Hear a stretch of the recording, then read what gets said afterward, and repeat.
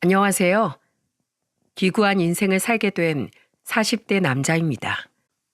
대부분의 사람들은 평범한 인생의 단계를 밟으며 살아가죠. 평범한 부모님 아래에서 평범하게 태어나고 자라 인생의 동반자를 만나 아이를 낳고 기르며 살아가는 아주 자연스러운 단계 말입니다. 하지만 전 평범한 듯 하면서도 무엇 하나 결코 순탄한 법이 없던 인생을 살아왔습니다. 그중 2년 전 제게 일어났던 사건에 대해서 친구들과 지인들 그 누구에게도 차마 털어놓지 못했어요. 앞으로도 저는 쭉 그 비밀을 제 가슴 속에만 품고 살아갈 생각이고요. 그래도 딱 한 번 누군가에겐 제 이야기를 털어놓고 싶어 떨리는 마음을 무릅쓰고 이렇게 사연을 보내게 되었습니다. 저는 서울의 한 철물점집 외동아들로 태어났어요. 저를 낳은 후 건강이 급속도로 나빠진 엄마는 끝내 건강을 회복하지 못하고 제 나이 7살에 그만 세상을 떠나시고 말았죠. 아버지는 장사를 하셨어야 했기에 전 시골에서 올라온 할머니의 손에 맡겨졌습니다. 저는 엄마가 보고 싶어서 매일 밤마다 울었어요. 그리고 아버지는 그런 저를 위해 제 나이 12살에 새엄마를 집으로 데려오셨죠. 그날 그렇게 전 두 번째 엄마를 가지게 되었습니다.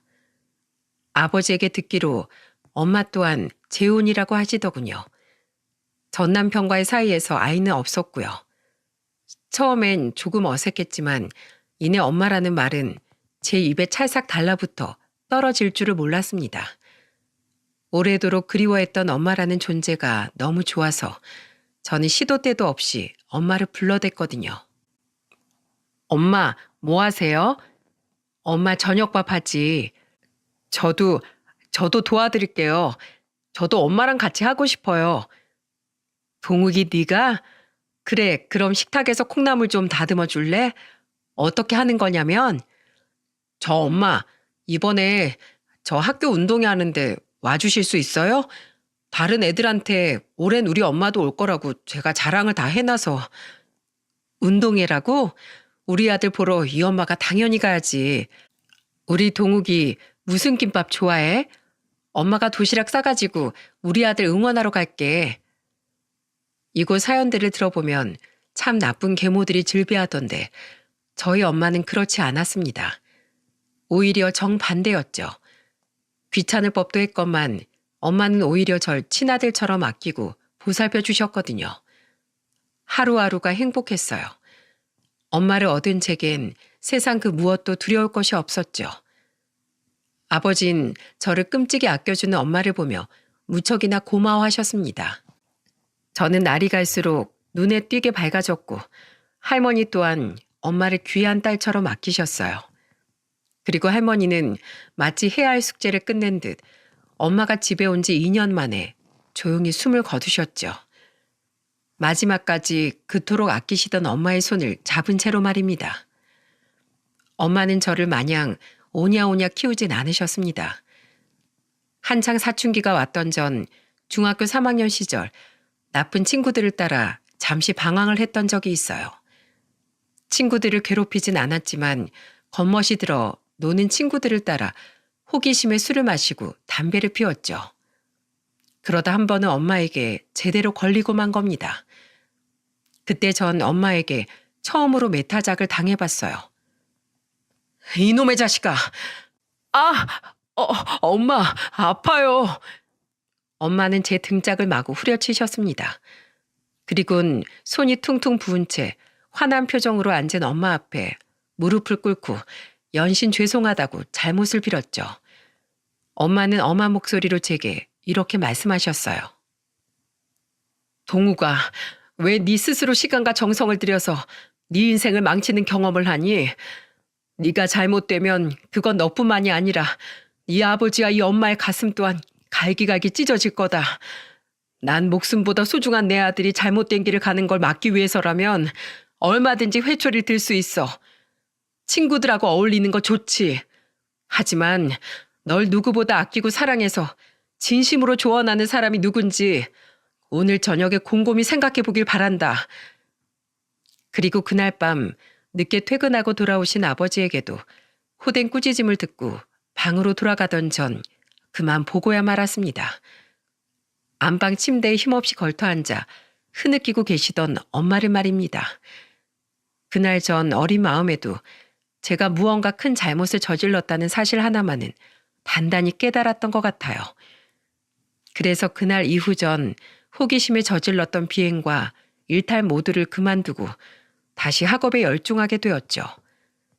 저는 부모님의 지원과 도움으로 서울의 중위권 대학에 합격할 수 있었습니다. 아버지께서도 절 많이 도우셨지만 수험 생활 내내 헌신적으로 절 챙긴 엄마가 아니었다면 전 그 힘든 고3 생활을 버텨내지 못했을 거예요. 대학교 합격 통지를 확인한 후 제가 누구보다 먼저 달려가 꽉 안고 눈물을 터뜨렸던 사람도 바로 엄마였죠. 시간이 흘러 대학을 졸업한 전 공기업에 취업을 했습니다. 아주 평탄한 삶의 연속이었죠. 저는 대학 친구가 주선한 소개팅으로 만난 아내와 결혼해도 꼴이 날 수 있었어요. 직장인이었던 아내는 활기차고 착한 사람이었습니다. 아내의 모습을 가만히 보고 있노라면 어찌나 사람이 반짝반짝 빛나던지 전 아내를 보며 항상 제게 과분한 여자라고 생각했어요. 저희 부모님 또한 그런 아내를 무척이나 좋아하셨죠. 특히 엄마는 제가 아내와 본가에 갈 때면 항상 아내를 백년 손님 대하듯 귀하게 대해주시더라고요. 네 시할머니도 며느리였던 날 아주 귀하게 대해주셨지. 세아가 널 보니 수많은 과거의 기억이 떠오르는구나. 네 손에 앞으로도 우리 집에선 물 한 방울 묻히지 않을 테니 모쪼록 자주 놀러 오렴. 목사님이었던 장인어른과 교회 전도사로 일하셨던 장모님 또한 절 친아들처럼 아껴주셨습니다. 평온한 결혼 생활 속에서 저와 아내는 귀여운 딸도 한 명 낳았어요. 아내 또한 처가댁의 외동딸이었던지라 양가에선 첫 손주의 탄생을 무척이나 기뻐하셨죠. 하지만 우리의 행복은 그리 오래 가지 못했어요. 딸아이가 돌도 되기 전 아내는 그만 난소암 사기 판정을 받고 말았거든요. 아내는 양가 식구들의 간절한 기도 속에서 수술을 받고 항암 치료를 받으며 투병 생활을 이어갔지만 결국 채 2년이라는 시간을 넘기지 못하고 세상을 떠나버렸죠. 고작 우리 딸의 나이 3살의 말입니다. 슬픔을 딛고 혼자 딸을 키워내야 했던 전 엄마의 권유로 부모님의 집에 다시 들어가게 되었습니다. 엄마는 직장 생활을 하는 저를 위해 우리 딸을 돌봐주셨고 다행히 7살이었던 저보다도 더 어린 나이에 엄마를 잃은 딸은 엄마의 존재를 기억하지 못했습니다. 딸은 초등학교에 들어가기 전까지 저희 엄마인 할머니의 지극정성으로 인해 엄마의 빈자리를 느끼지 못하고 밝게 자랐죠. 저는 아내가 세상을 떠난 후 자주는 아니어도 처부모님의 생신과 명절엔 딸을 데리고 항상 두 분을 찾아뵈었어요. 하지만 아내가 떠난 지 3년 뒤 장인어른은 조용히 저를 불러 이렇게 말씀하시더군요. 이쯤 하면 됐네, 강서방. 이제 그만 오게. 자네가 계속 우릴 찾아오면 자네만 더 힘들어. 우리 또한 우리 딸아이 생각이 나서 고통스럽긴 마찬가지고 서로의 평안한 삶을 위해 더는 서로 보지 않는 것이 나아. 우리 하영이만 모쪼록 행복하게 잘 키워주게. 그리고 자넨 아직 젊으니 우리 딸을 잊고 앞으로 새 인생 살아.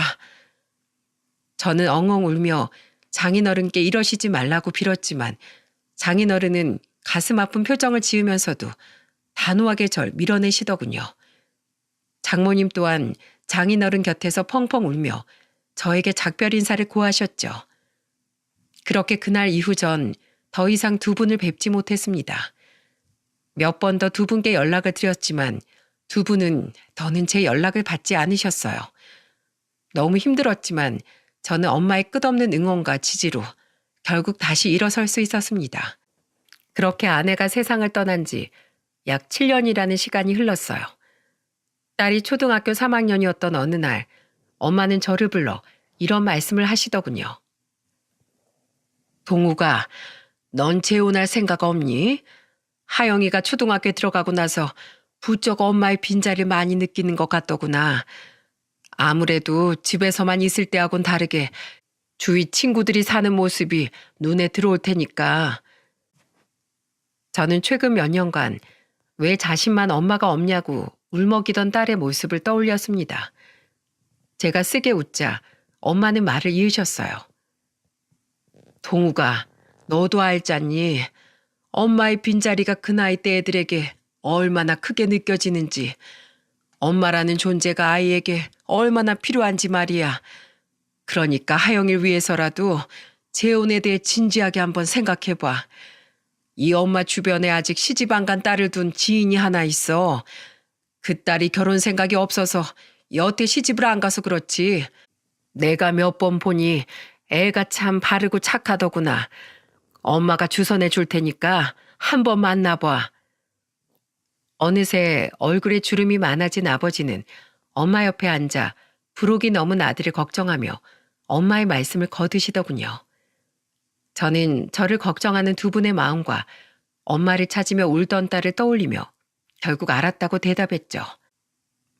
그런데 엄마, 제가 집에 놀러 오시던 엄마 친구분들은 전부 배웠던 것 같은데 그분은 어느 이모 따님이에요? 그 중엔 없어. 아주 예전에 알고 지내던 지인 딸이야. 지금은 저기 어디냐. 전라도 시골에서 살고 있다는구나. 하도 멀리 살아서 통화만 하지 나도 잘 못 봐. 엄마의 말씀처럼 엄마 지인의 따님은 만나서 이야기를 나누어 보니 정말 예의 바르고 좋은 사람이었어요. 안녕하세요. 김주연입니다. 말씀 많이 들었어요. 뵙게 되어서 반갑습니다. 중소기업에 다니고 있다던 주연 씨는 저와 나이가 6살이나 차이가 나더군요. 저는 사별을 한 데다 나이도 많고 아이까지 있었던 터라 주연 씨가 너무 아깝게 느껴졌어요. 솔직한 심정을 털어놓는 제 말에 주연 씨는 이렇게 대답하더군요. 그게 어디 동욱 씨 잘못인가요? 무작위로 사람을 골라서 불행을 주는 세상 탓이죠. 전 아직 동욱 씨처럼 그런 가슴 아픈 일을 아직 겪지 않은 사람일 뿐이고요. 누가 먼저고 나중이냐는 차이일 뿐 동욱 씨가 저에 비해 기우는 부분은 아무것도 없다고 생각해요. 항상 신중히 말을 골라 이야기하던 주연 씨의 현명함이 전 무척 좋았습니다.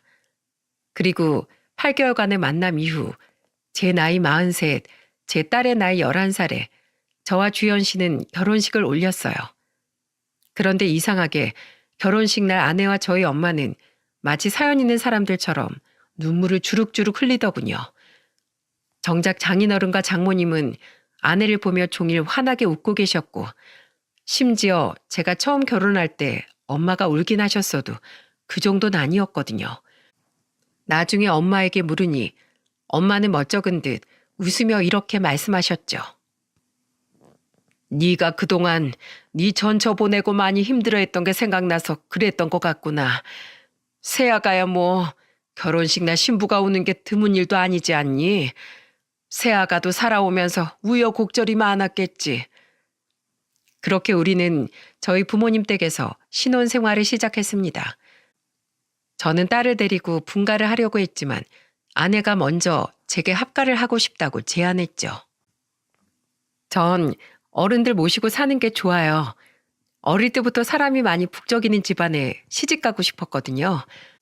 게다가 갑자기 자기를 돌봐주던 할머니하고 떨어지게 되면 하영이가 많이 힘들어할지도 모르고요. 속 깊은 아내의 말이 전 무척이나 고마웠습니다. 저희 부모님 또한 마음이 비단결같이 고운 며느리가 집에 들어왔다며 굉장히 기뻐하셨죠.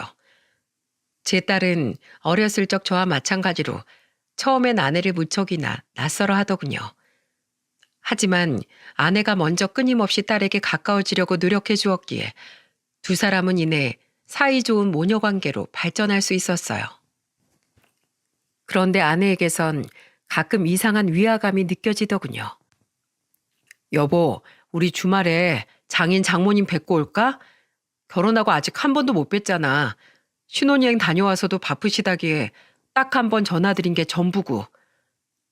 됐어. 우리 부모님 워낙 쿨하신 분들이라 우리만 잘 살면 됐다 주이셔. 내가 종종 안부 전화 드리는 걸로 좋게. 전화를 드렸었어? 난 당신이 장인어른이나 장모님께 전화 드리는 거 한 번도 못 봤는데. 아, 그게 출근해서 점심시간에 짬내서 종종 전화 드렸어.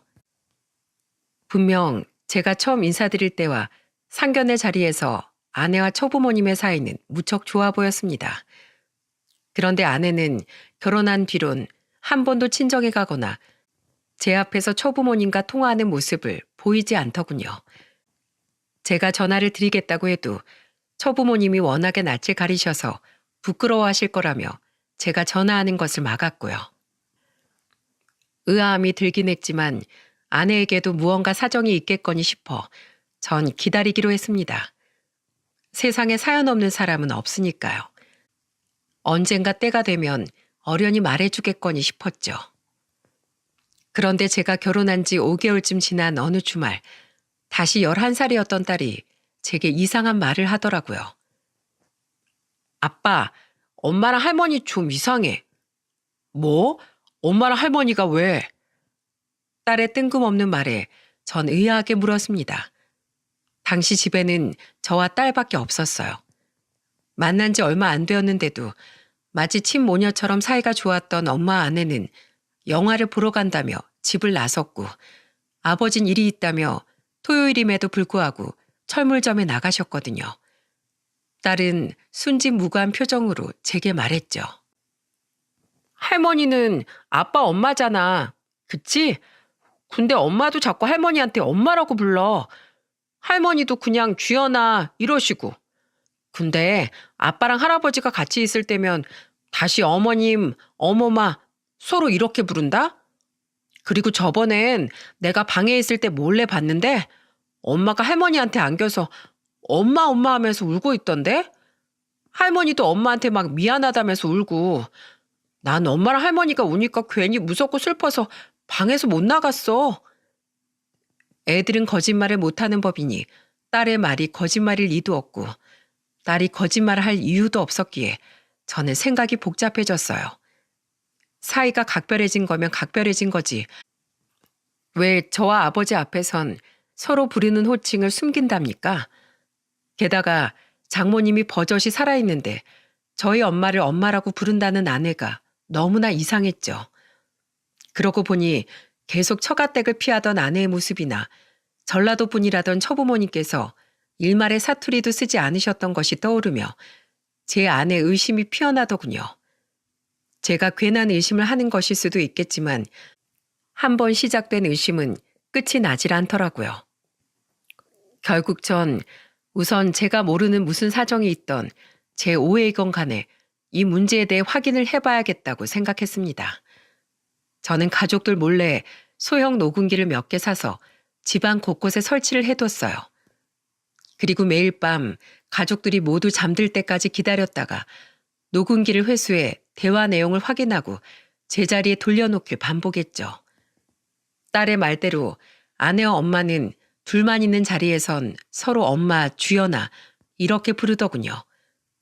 게다가 두 사람의 대화는 정말로 친모녀처럼 친근하게 느껴졌죠. 그리고 여섯째 되는 날 밤 저는 드디어 두 사람의 엄청난 비밀을 알게 되고 말았습니다. 엄마, 우리 정말 이대로 모두를 기만해도 되는 걸까? 나 하영이 아빠가 친정 이야기 꺼낼 때마다 너무 무서워서 미칠 것 같아. 모든 걸 다 들킬까 봐 심장이 조마조마하다고. 설마 나 몰래 그 사람들한테 따로 전화하는 건 아니겠지? 엄마, 2년 전에 내가 친엄마 찾겠다고 엄마를 찾아온 거 그게 정말 내가 잘한 일일까? 엄마랑 나 그리고 이 집 식구들 모두를 불행하게 만든 일은 아니었을까? 그런 말 마라. 내가 예전에 그 집에 널 떼어놓고 쫓겨나듯 나왔을 때 내가 얼마나 참담한 심정이었는지 넌 짐작도 못할 거다. 그 집 식구들하고 두 번 다시 엮이기 싫어서 한때는 내가 널 정말 없는 자식이라고 생각했을 때도 있었어. 하지만 동욱이가 처음 결혼을 하고 나서 첫 며느리를 데려왔을 때 자식 버린 그 아이를 보며 네 생각이 나서 가슴이 무너졌다. 어떻게 해서든 널 데려왔었어야 하는 건가 싶어서 그날부터 하루도 빠짐없이 후회했지. 그리고 이 집에 딸이 없다고 거짓말한 내 자신이 죽도록 미웠어. 천추의 한이었지. 더 너를 찾을 수조차 없었으니까. 그런 네가 네 발로 내 앞에 나타났을 때 정말 신이 있다면 그 신의 발등에 입이라도 맞추고 싶었어. 넌 세상에 단 하나뿐인 내 핏줄이야. 난 2번 다시 널 잃을 수 없다. 세상 그 누가 손가락질을 한다 한들 말이야. 너무 놀라서 제 손이 벌벌 떨리더군요. 지금 제가 들은 내용이 맞는지 믿기지가 않아 저는 녹음본을 2번, 3번을 다시 돌려들었습니다. 그때가 돼서야 비로소 현실이 받아들여지더군요. 처음부터 모두 거짓이었던 거예요.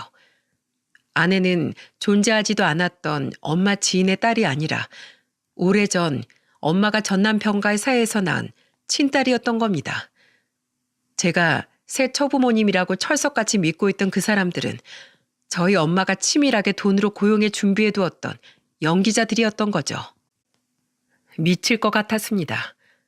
아무리 생각해도 이해가 되지 않았어요. 그토록 절 진심으로 아껴주었던 엄마가 그것도 자신의 친딸과 왜 이런 끔찍한 일을 저지른 건지 말입니다. 저희 집안엔 뜯을 만한 큰 재산이 있던 것도 아니고 아내가 저와 결혼해봤자 크게 득볼 일도 없었는데요. 나 몰래 사망보험이라도 들어뒀나? 아니면 우리 아버지 사망보험을? 그럼 그동안 엄마의 모든 행동들은 전부 거짓이었나? 그 기나긴 세월 모두? 저는 그날 밤 결국 한숨도 자지 못하고 밤을 지새웠습니다. 그리고 다음 날인 토요일 아침 일찍 잠을 자고 있던 딸을 제외한 모든 가족을 불러 모았죠. 무슨 일인데 주말 꼭두 새벽부터 식구들을 다 깨워? 아버지는 잠이 덜 깨신 듯 눈을 비비며 물으셨고 아내와 엄마 또한 의아한 얼굴로 절 바라보더군요. 저는 아무 말 없이 엄마 아내의 대화 녹음본을 재생시켰죠. 재생이 전부 끝난 뒤에 엄마 아내의 얼굴을 보니 2사람의 얼굴은 사색이 되다 못해 시퍼렇게 질려 있더라고요.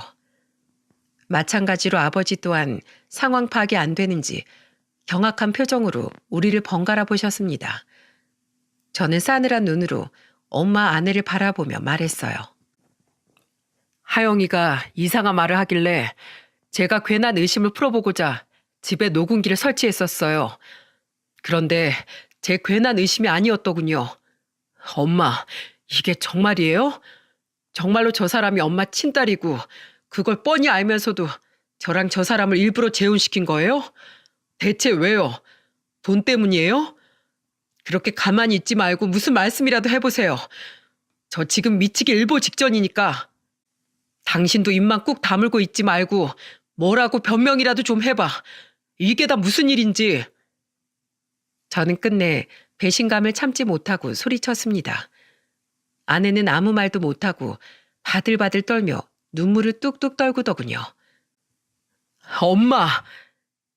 제가 사나운 표정으로 엄마를 부르짖자 그제야 엄마는 눈을 질끈 감았다 뜨시더니 눈물을 흘리며 모든 진실을 털어놓으셨어요. 그리고 엄마 입에서 나온 이 끔찍한 사건의 전말은 우리 모두를 탈주가 없는 미로로 밀어넣었습니다. 미안해요, 여보. 미안하다, 동우가. 나도 이렇게 긴 시간 동안 2사람을 속이려고 했던 건 아니었어. 그동안 나도 마음이 괴로워서 미칠 것 같았다. 사실 난 전 남편과 전 시댁에게 학대에 가까운 시집살이를 당했어. 풍족한 집안이었던 시댁에선 고아나 다름없던 날 처음부터 탐탁지 않게 여겼단다. 나중에 알고 보니까 내 남편 또한 가족이 없던 날 거의 말 잘 듣는 몸종처럼 부리려고 그 집에 데리고 갔던 거더라고. 처음엔 그저 무시만 좀 하고 구박하던 시부모란 사람들은 내가 딸인 주연이를 낳고 더 이상 아이를 가지지 못하자 그때부턴 대놓고 날 멸시하더구나. 내가 늦잠이라도 자는 날엔 시부라는 사람이 날 발길질로 깨웠고 시모는 국이 맛이 없다며 내 얼굴에 뜨거운 국그릇을 집어던지는 게 일상이었지. 울면서 내가 제발 나가 살자고 전 남편에게 매달렸더니 전 남편 또한 나한테 손찌검을 하기 시작했다. 고아나 다름없는 필요한 날 데리고 살아주는 것만 해도 고마워해야 할 판에 어딜 도망치려고 하냐면서 말이야. 나는 그 집에서 눈 뜰 때부터 잠들 때까지 집안일을 하고 남편 시중을 드는 노예, 그 이상도 이하도 아니었어. 난 그 사람들에게 매번 내가 하잘것없는 인간이라는 세뇌를 당하면서도 주연이 하나만 보고 이를 악물고 버텼지. 그러다 주연이가 4살이 됐을 때 난 그 집에서 쫓겨났다. 내가 있으면 재혼하는데 방해가 된다면서 말이야. 전 남편 놈에게 여자가 생겼거든. 그때 그 인간 같지도 않은 전 시부모가 나에게 단단히 으름장을 놨지. 이 집에서 있었던 일 밖에서 떠들고 다니지 마라. 그리고 앞으로 네 딸을 보겠다며 이 집에 찾아와서 내 아들 앞길도 막지 마라. 또다시 자기들 눈앞에 나타나면 나뿐만 아니라 내 딸도 가만두지 않겠다. 이러면서 나한테 주먹을 쥐어 보이더구나. 그때 난 뒤도 돌아보지 않고 도망쳤다. 주연이가 걱정이 되긴 했지만 자기 아들 핏줄이라며 그 인간들이 주연이에겐 그래도 잘해줬으니 괜찮겠지. 그 집엔 돈도 많으니 이게 오히려 주연이를 위한 일이 맞아. 이러면서 애써 스스로를 다독였지. 무엇보다 난 더 이상 그 김씨 가문 근처엔 얼씬도 하고 싶지 않았어. 솔직히 난 그 집이 너무 무서웠단다. 그 집 식구들이라면 자다가도 이가 갈릴 정도로 치가 떨렸지. 그러다가 동욱이 네 아버지를 만나 재혼을 했고 난 태어나서 처음으로 남편과 시어머니의 사랑을 느낄 수 있었다. 너무 행복하고 두려웠어. 겨우 얻은 이 행복이 깨지진 않을까 싶어서 처음엔 잠조차 제대로 이룰 수가 없었지. 그래서 그 집에 대한 모든 흔적을 내게서 없애고자 난 딸조차 없는 척을 했다. 처음에라도 네 아버지한테 사실대로 털어놨어야 했는데 차마 이 행복이 깨질까 봐 그러지 못했어. 그리고 내가 다시 딸을 보려고 그 집을 찾아가면 주연이조차 가만두지 않겠다고 했으니 난 멀리서나마 마음으로 내 딸의 행복을 빌어줄 수밖에 없었다. 그리고 그 죄책감에 난 동욱이 널 더욱더 정성으로 키웠어. 내 딸을 대신해서 아들인 널 더욱 훌륭하게 그리고 행복하게 키우고 싶었단다. 하지만 애써 잊고 살던 우리 주연이가 자식 같은 첫 며느리를 만난 이후로 더더욱 간절하게 보고 싶더구나. 밥은 잘 먹고 살고 있는지, 며느리처럼 동욱이 너 같은 좋은 남자 만났을지 시간이 지날수록 걱정이 되었어. 엄마는 눈물이 멈추지 않는지 잠시 말을 멈추고 옷소매로 연신 눈물을 닦으시더군요. 아내는 옆에서 엄마의 어깨를 감싸 안으며 함께 흐느꼈죠. 겨우 울음을 그친 엄마는 다시 말을 이으셨습니다. 저는 잠자코 엄마의 말을 마저 들어보기로 했습니다. 그런데 2년 전 주연이가 날 찾아왔다. 동사무소에 부탁해서 내 기록을 찾았다는구나. 한동안 멀리서 날 지켜봤다던 주연이는 내가 외출한 틈을 타 내게 말을 걸어왔지. 주연이를 거의 30여 년 만에 다시 만났을 때 그때 내 마음이 어땠을지 짐작하겠니? 죄책감과 반가움, 감사함과 경악스러움이 모두 밀려왔다. 그리고 주연이가 어떻게 살았는지 전부 들은 그 순간 난 엄청난 죄책감에 휩싸여 주연이 앞에서 얼굴조차 들 수가 없었어. 전 남편의 새 부인은 아들을 둘이나 낳았다는구나.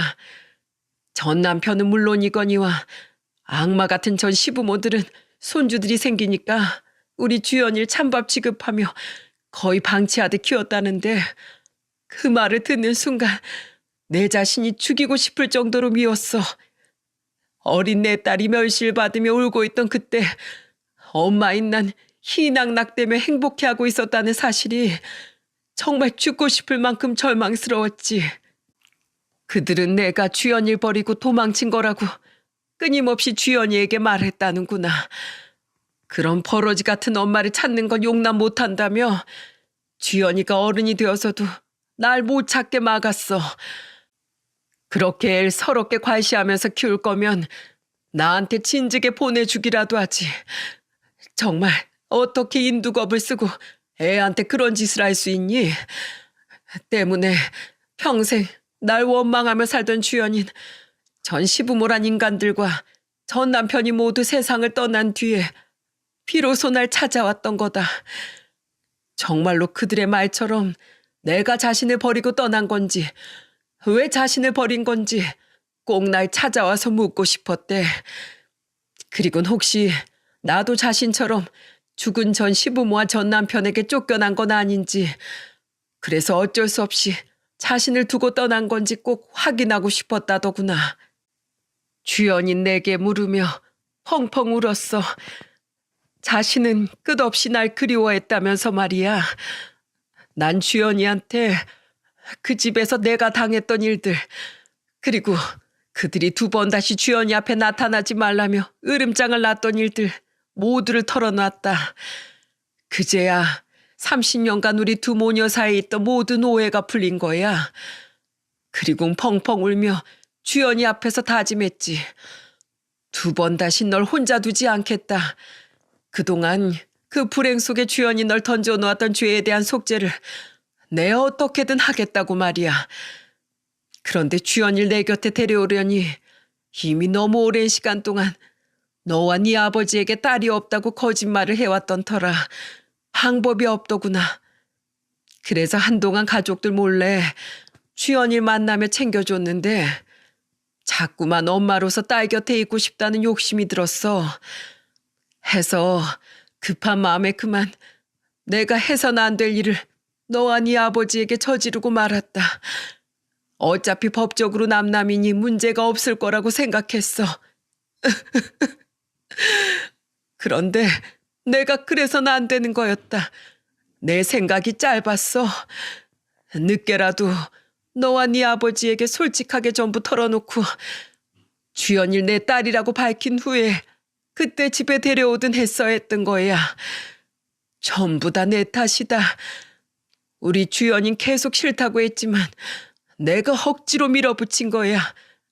그러니 제발 우리 불쌍한 주연이를 탓하지 말고 모든 원망의 화살은 내게로 돌려다오. 정말 미안하다. 내가 이기적인 마음에 너무 끔찍한 일을 저질러 버려서 결국 이렇게 모두에게 고통을 안겨주게 되었구나. 여보, 미안해요. 아니에요. 저도 엄마 곁에 있고 싶은 마음에 잘못된 걸 알면서도 엄마와 함께 그런 끔찍한 일을 꾸몄어요. 30년 동안 그 집에서 못 불렀던 엄마라는 이름, 이제라도 엄마 곁에서 마음껏 부르며 살고 싶어서 욕심부렸어요. 엄마 혼자의 잘못이 아니에요. 제가 엄마 앞에 나타나지만 않았어도 이런 일이 생기지 않았을 거예요. 여보, 아버님, 정말 죄송합니다. 엄마는 소파에서 내려와 무릎을 꿇고 오열하더군요. 아내는 함께 엄마의 옆에 무릎을 꿇고 흐느끼고 있었죠. 너무 처절한 사연에 저는 그 2사람에게 비난을 퍼부을 수도, 그렇다고 위로를 건넬 수도 없었습니다. 그런 아픈 사연이 있었기에 2사람은 결혼식장에서 그토록 서글프게 울었던 거였어요. 저는 참담한 마음을 누르지 못하고 눈을 질끈 감으며 눈물만 흘렸습니다. 한참 동안 엄마 아내를 내려다보던 아버지는 테이블에 놓인 담뱃갑을 쥐어들고는 떨리는 걸음으로 베란다로 향하시더군요. 저는 그들을 내버려 두고 방으로 들어와 한참 동안 얼굴을 감싸고 절규했습니다. 이 걷잡을 수 없는 상황을 도대체 어떻게 풀어나가야 하는지 알 수가 없었어요. 2사람을 당장 이 집에서 쫓아낼 수도, 그렇다고 모든 걸 감사 않을 수도 없었죠. 세상 그 어떤 것보다 더한 막장이 제 인생에 일어났다는 사실이 믿기지가 않았어요. 그 뒤 아버지는 간단한 짐을 싸들고는 집을 나가셨습니다. 남해로 내려가 한동안 낚시를 하며 생각을 정리하고 싶다는 말만 남긴 채로 말이죠. 저 또한 차마 아내와 엄마의 눈을 똑바로 마주할 수가 없더라고요. 그들을 볼 때마다 배신감과 연민이 동시에 밀려왔거든요. 아내와 엄마는 애써 딸에게는 평소 같은 행동을 보였지만 이후엔 안방에서 쥐죽은 듯이 생활하더군요. 마치 처벌을 기다리는 죄인처럼 말입니다. 아버지가 남해로 떠난 지 일주일 정도 지난 날 아버지는 제게 전화를 거셨어요. 아버지는 오랜 고민 끝에 결국 결정을 내린 모양이시더군요.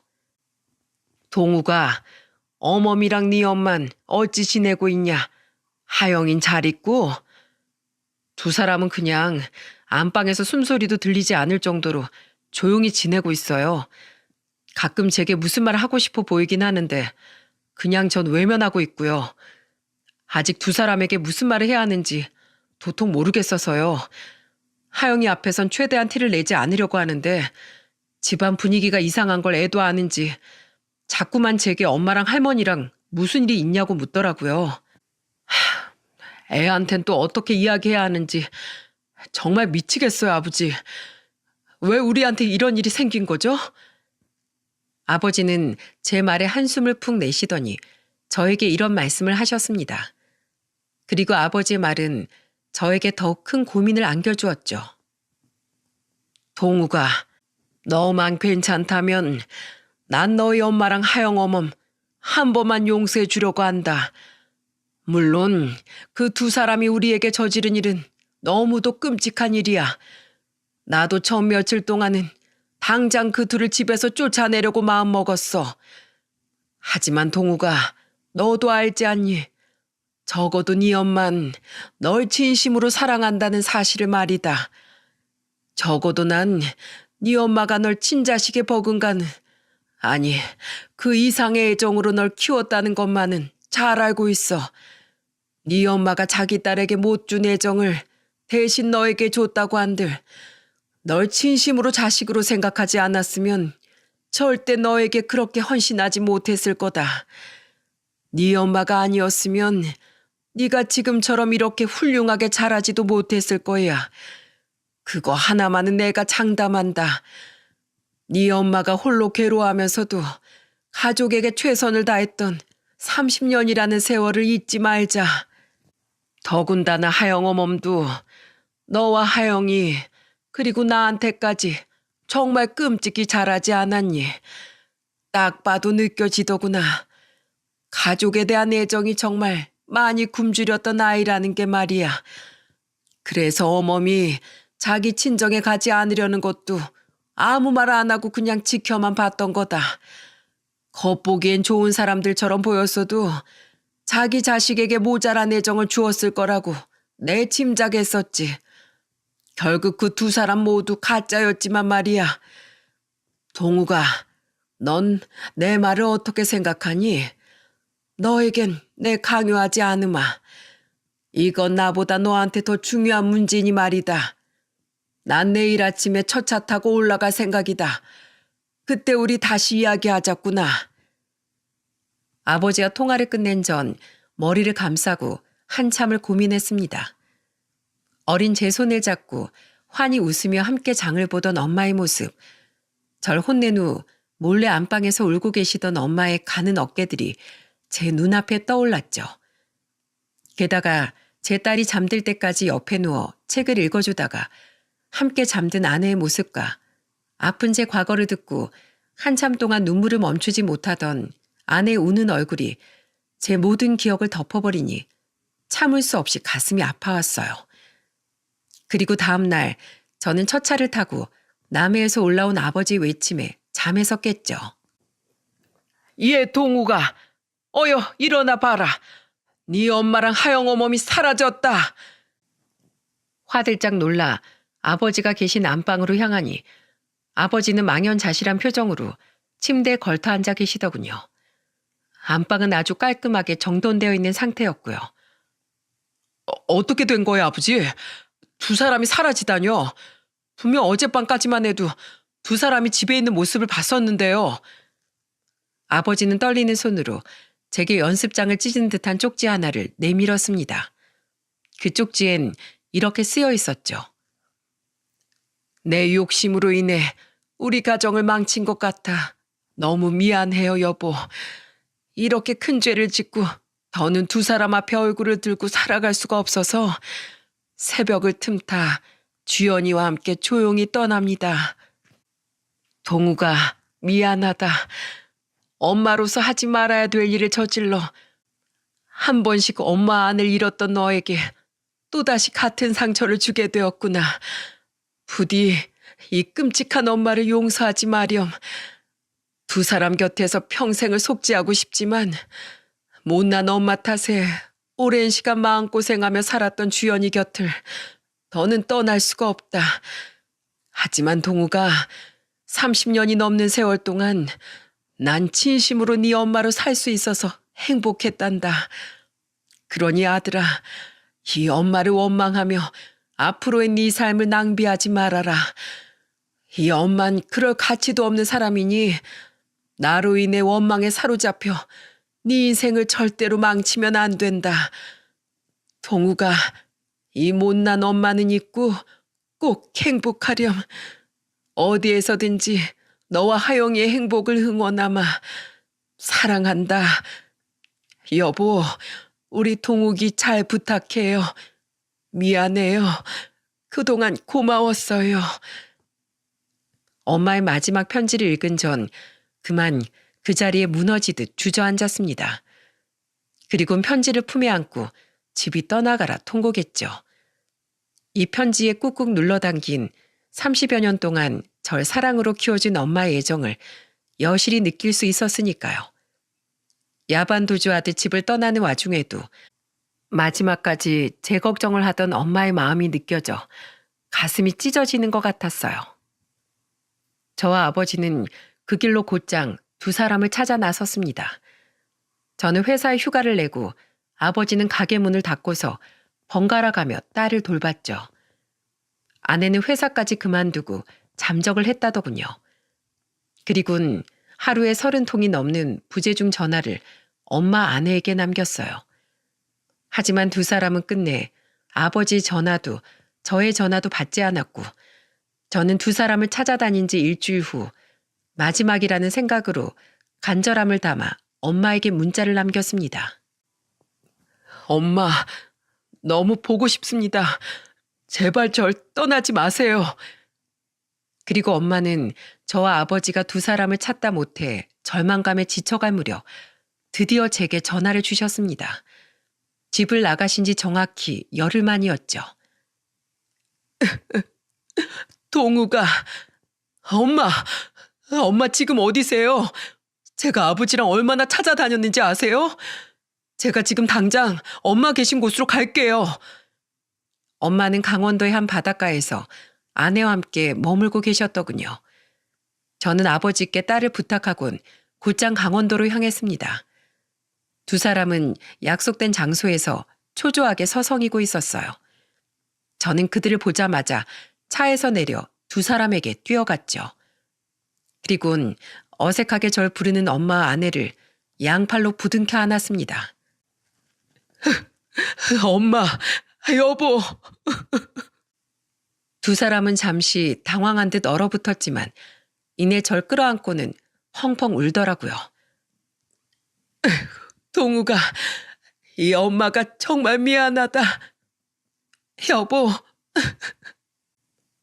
저는 제가 품에 안지 않으면 두 사람이 또다시 제 눈앞에서 사라지진 않을까 두려워 목 놓아 울면서도 두 사람을 더 세게 끌어안았습니다. 그렇게 우리 세 사람은 눈물의 상봉식을 마친 후에 다 함께 서울의 집으로 돌아오게 되었죠.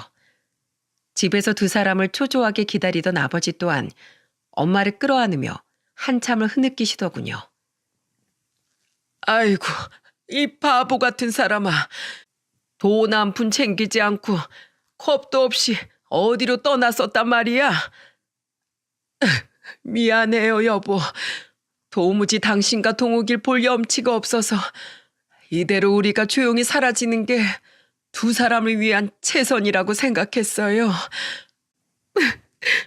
죄송해요, 아버님. 내가 다 품어줌세. 당신이 우리에게 최선을 다했던 그 시간, 이제 내가 그대로 갚아줄게. 주연일 내 며느리이자 자식처럼 품고 살아갈 테니 더는 나와 우리 동욱이 곁을 떠날 생각하지 말어. 아내는 끌어안고 우는 부모님을 보며 옆에서 함께 흐느끼고 있더라고요. 저 또한 또다시 흐르는 눈물을 꾹꾹 눌러 닦았죠. 엄마는 아버지의 품에서 벗어나 저를 보고는 눈물을 흘리며 물으시더군요. 아휴, 정말로 나랑 주연이가 이 집에 네 아버지와 네 곁에 있어도 괜찮겠니? 이렇게 끔찍한 잘못을 저지른 우리가 이젠 제가 엄마도 집사람도 둘 다 지켜줄 거예요. 엄마가 그동안 이 사람 대신 저한테 헌신했던 그 시간들, 그 은혜, 이젠 제가 두 사람에게 갚아 나갈게요. 그러니까 엄마, 더 이상 혼자서 괴로워하고 슬퍼하지 마세요. 여보, 당신도 이제 더는 혼자 마음 졸이며 살지 마. 그동안 정말 마음고생 많았어. 여보, 고마워요. 진심으로 고맙고 미안해요. 앞으로 평생 당신하고 아버님, 그리고 우리 하영이를 위해서만 살게요. 그렇게 우리 5 식구는 2년이 지난 지금 언제 그런 일이 있었냐는 듯 다시 평화를 되찾아 잘 지내고 있습니다. 당시 아버지는 혹시 모를 상황을 위해 친구 집에 놀러 가고 싶다는 저희 딸을 그 친구 집에 맡기셨었다고 해요. 참으로 아버지의 해안이었죠. 어리다곤 하나 사리 분별을 할 수 있던 나이의 딸이 당시 상황을 봤었다면 우리 딸에게 설명 못할 큰 상처를 안겨주었을지도 모르니까요. 2년 전 다행히 사표를 철회할 수 있었던 아내는 요즘 직장을 다니면서도 초등학교 6학년이 된 딸아이의 조기 교육에 열심히 일합니다. 딸아이가 공부에 대한 욕심이 남달랐기에 벌써부터 중학교 2학년 과정을 배우는 종합학원에 딸을 보내고 자신도 학부모로서 입시를 어떻게 준비해야 하는지에 대해 열심히 공부하고 있죠. 자식을 잘 되게 하는 건 파라리 부모 몫이라면서 말입니다. 아내는 겪을수록 엄마의 좋은 점만을 빼닮은 착하고 좋은 사람이더군요.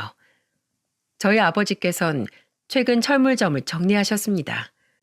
엄마의 가슴 아픈 과거를 듣고는 앞으로는 더 나이가 들기 전에 엄마를 위해 더욱 많은 시간을 쓰고 싶으시다면서요. 이후 두 분은 요즘 이곳저곳 놀러 다니며 노후를 즐기고 계십니다. 한두 달에 한 번은 5 식구 모두 다 같이 근교로 여행을 다니기도 하며 우리는 가족 간의 우애를 더욱 돈독히 만들고 있죠. 단 하나 달라진 점은 더 이상 아내는 저희 엄마를 엄마라고 부르지 않는다는 겁니다. 대신 모든 며느리들이 그리하듯 어머님이라고 부르더군요. 제가 그 이유를 물었더니 아내는 희미한 미소를 지으며 이렇게 말했습니다. 어머님도 엄마라는 뜻은 마찬가지니까 그걸로 만족하려고요. 내 욕심 때문에 하영이에게 더는 혼란을 주고 싶지 않아요. 하영이 엄마가 되려면 제가 가진 것 중 하나는 마땅히 포기할 줄 알아야죠. 제가 지금 누리고 있는 이 행복이 얼마나 과분하고 감사한 일인지 충분히 알고 있거니와 지금은 하영이 엄마로서의 내 삶이 더 중요해요. 많은 분들은 이렇게 생각하실 겁니다. 아무리 친엄마는 아니어도 어떻게 엄마의 딸과 결혼 생활을 이어갈 수 있냐고요. 저 또한 마찬가지였기 때문에 오랜 시간 동안 괴로운 고민을 했었죠. 하지만 엄마 아내가 눈앞에서 사라진 순간 깨달았네요. 반평생을 저를 위해 헌신했던 엄마에 대한 사랑과 은혜를 전 절대로 외면할 수 없다는 사실을 말입니다. 저는 앞으로 더는 아무 생각하지 않고 지금 제 곁에 있는 저희 가족의 행복을 최선을 다해 지켜나갈 생각이에요. 제 딸은 제 아내와 엄마의 사이가 특별히 돈독한 고부 사이인 줄로만 알고 있습니다. 우리 가족은 딸을 위해서 딸뿐만 아니라 그 누구에게도 말하지 않고 이 기구한 비밀을 영원히 안고 살아갈 생각이죠. 아무에게도 할 수 없었던 긴 이야기를 이곳에서나마 털어놓으니 조금 가슴이 후련해지는 것 같기도, 한편으론 제가 안고 있는 이 비밀이 더욱 무겁게 느껴지기도 하네요. 하지만 여러분, 부디 저희를 손가락질하지 마시고 아주 조금만 너그럽게 마음을 써주셔서 어렵게 지킨 저희 가족의 행복을 빌어주시면 진심으로 감사하겠습니다. 마지막으로 이 사연에 등장한 이름들은 모두 만약을 위해 가명을 사용하였음을 양해 부탁드립니다. 제 사연을 들어주신 많은 분들께서 언제까지나 행복하시길, 여러분의 가정엔 그 어떤 불화도 없이 항상 평온하시길 빌게요. 제 이야기를 들어주신 모든 분들께 감사를 전합니다.